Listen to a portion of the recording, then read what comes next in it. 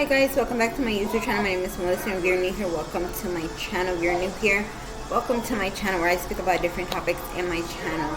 Once again, I'm sorry about the glasses, y'all. I am gonna have to have my glasses on when I upload videos, just because I'm always watching YouTube on my laptop, I'm always on my phone, or I'm watching TV, which I'm doing right now.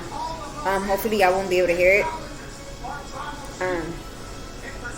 But yes, it is raining here. Well, it's not raining, it's thundering.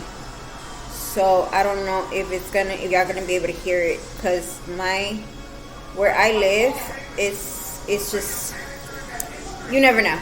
It's bipolar. I'm actually making dinner too as well. So today we're gonna be talking about a crime that changed the law, and we're gonna be talking about the murder of Polly Kells. This one is of a child, so I will give you this warning right now. If you do not like listening to crimes of children, please go ahead and just bye-bye, and I will see you again in the next video. So let's go ahead and get started. Like I said, this case is really, it's sad. So Polly Hannah Kells was born on October 3rd of 1981, was an American murder victim whose case generated normal medium attention. On October 1st of 1993, at age 12, she was kidnapped. Oh, guys, you probably hear my TV, I'm sorry. Kidnapped at knife point during a slumber party at her mother's home in Pontalama, California, and strangled to death. Richard Allen Davis was convicted of her murder in 1996 and sentenced to death. So on October 1st of 1993, Polly Kells and two friends were having a slumber party, and around 10:30 p.m. an intoxicating man named Richard Allen Davis entered her bedroom carrying a knife from Eve Nicole's kitchen.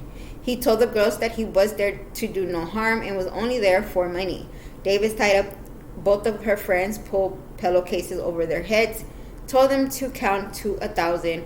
He then kidnapped Kells. Over the next 2 months, about 400 people held search for Kells. Davis was arrested 2 months after the kidnapping and led the police to Kells' body, which was buried in a shallow grave in Santa County.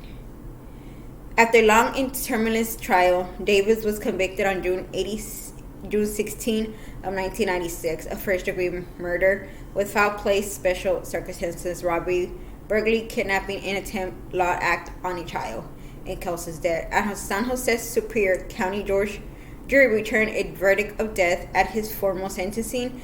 Davis provoked national outrage by taunting his victim's family and standing both middle fingers at the courtroom camera, and later saying that Kells' last words just before he killed her implied that her father molested her. So this piece of trash, the last words, he if y'all see him, he is the, I don't even know what to call him, but he is the worst of the worst. He points the finger, like the middle finger, at his the victims, the family of the victim, and then he says last words just before, both middle fingers at courtroom, and later saying that Kells' last words just before he killed her implied that her father molested her. So basically, he's telling the family that the last word of this sweet angel was her dad used to molest her. You have to be a special person. A very, very special person to just be sick in your mind.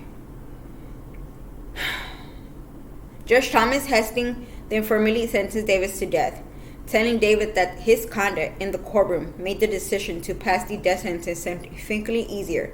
Davis has been on death row since 1996. Why y'all haven't killed him yet? I don't know.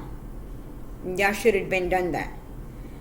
Actress William Rader, who has been raised in Palomona, offered a $2,000 reward for Kells' safe return during the search. Ryder started a film version of Little Woman after Kells' death and dedicated to her memory because it had been Kel's favorite book. Kel's body was cremated and her ashes were spread over the Pacific Ocean by her friends and family. In the wake of the murder, Kel's father, Mac Clains, became a child advocate and established Polly Clay Foundation. He has made himself available to parents of kidnapped children and has appeared infrequently on Larry King Live, CNN, Headline News, and Nancy Grace. The All Points Bulletin was broadcast on the California High Patrol channel, which only CHP radios could receive. A CPH practice changed after the case. The radio system was upgraded and such bulletins are now broadcast on all police channels, though it centralized 911 dispatch system. In October 1998, a performing arts center was named in her honor, Paloma, but was closed in 2000 because of building safety issues in Lake of Founding. In November of 2022, after years of fundraising and building improvements, the Polycount Community Theater reopened. In the wake of the murder, politicians in California and USA state support 3 strikes laws in California. 3 Strike Act as a single into a law on March 8th of 1994. And that's it, guys. That is the sad story of a beautiful child that lost her life because of this human. He's not even a human, a snake. He's a snake.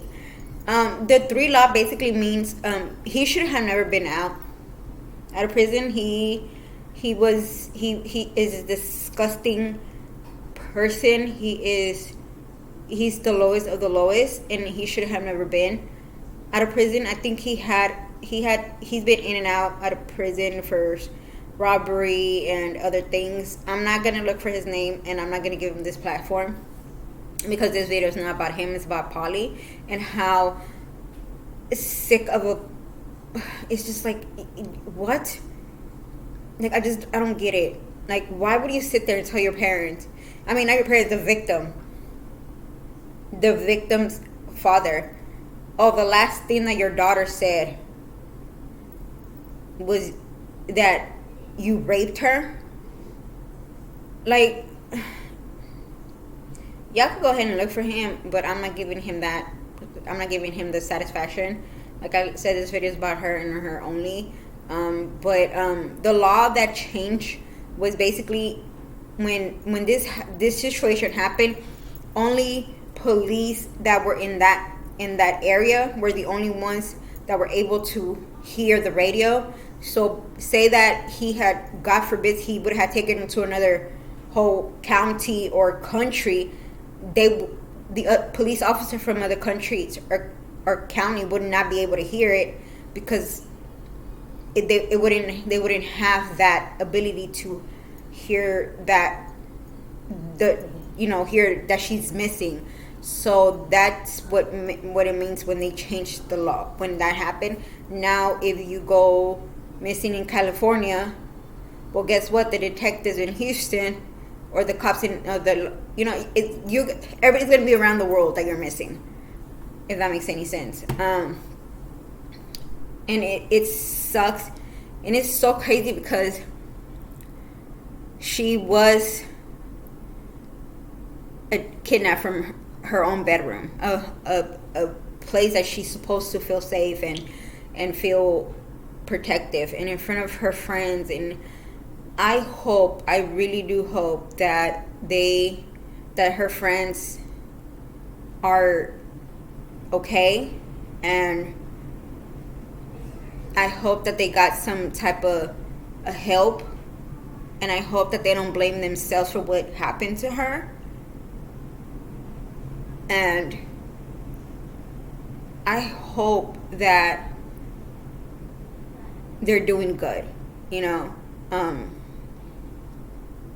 hope they're doing good, because I could not imagine having to go through that at a young age and have fun with my friends and stuff, and then having to see my only friends being kidnapped, like my friend being kidnapped, and then end up finding out that that was the last time I ever saw her. I could not imagine breathing or even living.